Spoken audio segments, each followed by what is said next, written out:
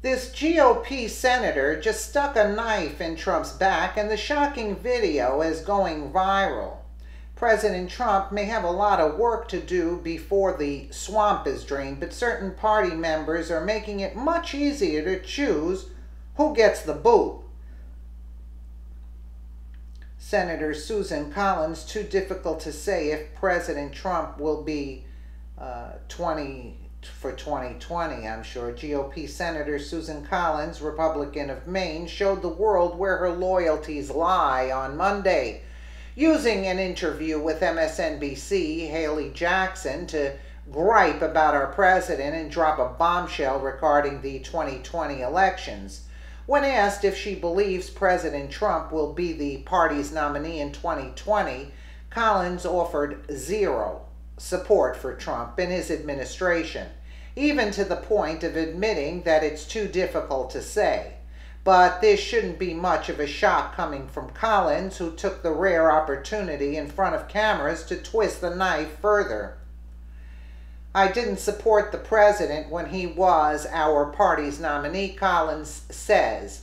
When asked if other Republicans should step in to prevent Trump from gaining the nomination, it was a very difficult position for me to take. I'd never taken it before.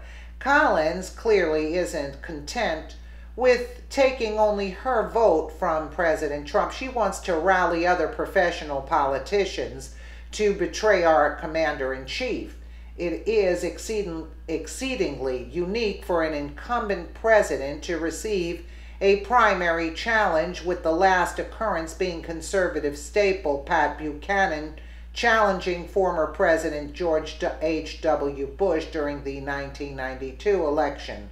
Unfortunately for Collins and her two-faced friends, President Trump has a rock-solid grip on his base of dedicated supporters. There is no doubt a primary challenge against President Trump would be party suicide, and the last thing this country needs is a Democrat in the White House, that's for sure.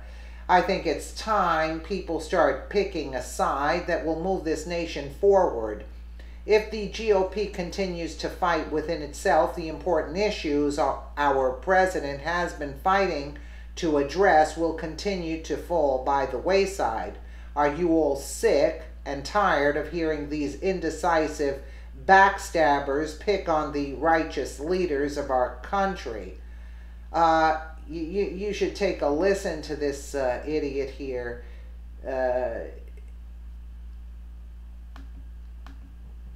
President Trump from some voters here in Maine. Republican Senator Susan Collins of Maine may have some as well for the president. She is joining us exclusively now. Senator, thank you for being with us here. Well, welcome to Maine. Thank you. I want to talk a lot about some of the key issues happening in Washington, but I have to start with the news of the day, which is what's happening in Afghanistan. You have watched this war play out for 16 years. Are you confident that the president can execute some kind of a successful strategy if it means increasing the number of troops on the ground?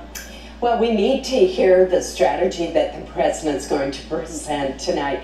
I will say two things, and that is that in the past 16 years, our efforts in Afghanistan, which have cost the lives of so many troops, have lacked focus. There hasn't been a strategy.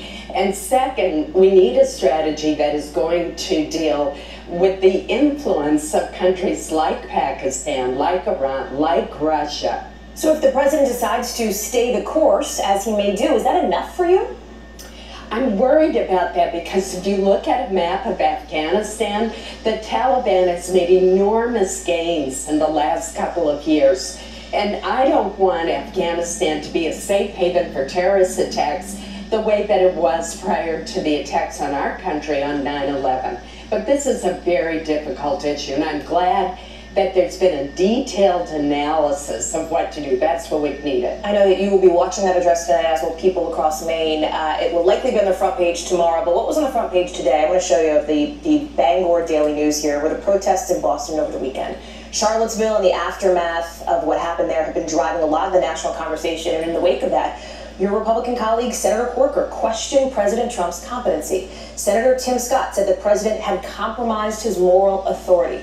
What do you say about the president's response? The president had an obligation, a moral obligation, to speak with absolute clarity from the very beginning and stick with that, not shift back and forth, to denounce the neo-Nazis, the white supremacists, the anti-Semitism that we heard.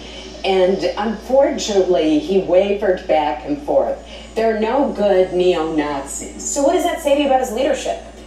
In this case, I think the president failed to meet the standard that we would have expected a president to. Hey there, I'm Chris Hayes from. So in other words, what did she just say? That only the neo-Nazi, the KKK group, right?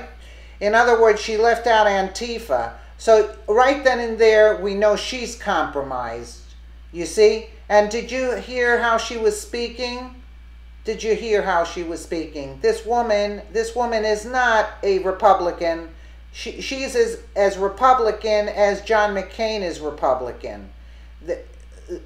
There's two sides to this disturbing fact. Both sides, like Trump came out and said, both sides are just as responsible. We don't condone any kind of hate and violence with the protesting. Bottom line, that's what it is. So look at this one, only talking about one side. There are two sides that are fighting. Oh, so in other words, the other side is in total clear. They're in the clear. They're correct. Tearing down monuments, throwing bottles of urine at police officers. So they're correct, right? I mean, does this make any sense? We are living in a world where up is down and down is up. I mean, it's insanity at its finest. That's what I have to say. Let me know what you guys think in the comments below. And again, thank you so much for watching.